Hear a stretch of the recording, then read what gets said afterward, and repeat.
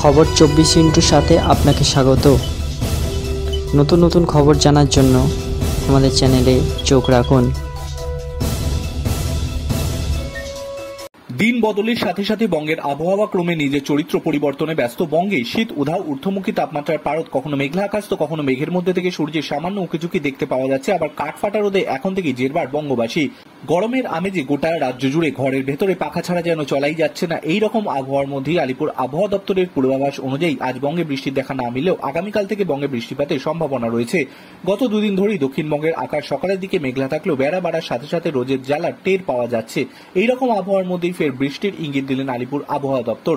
আলিপুর আবহাওয়া দপ্তরের পূর্বাভাস অনুযায়ী উত্তর দক্ষিণ 24 পরগনা, দক্ষিণ 24 দক্ষিণ পরগনা, কলকাতা, হাওড়া, হুগলি, পূর্ব ও পশ্চিম মেদিনীপুর, পূর্ব বর্ধমান, পুরুলিয়া, বাঁকুড়া, পশ্চিম বর্ধমানে আগামী 24 ঘন্টায় কোনো বৃষ্টিপাতের সম্ভাবনা নেই, তবে হালকা থেকে মাঝারি বৃষ্টিতে ভিজবে বীরভূম, মুর্শিদাবাদ, নদিয়া জেলা। হাওয়া অফিস জানিয়েছে আগামী 22 এবং 23 তারিখ দক্ষিণবঙ্গের সমস্ত জেলায় বজ্রবিদ্যুৎ সহ হালকা থেকে মাঝারি বৃষ্টিপাতের সম্ভাবনা রয়েছে।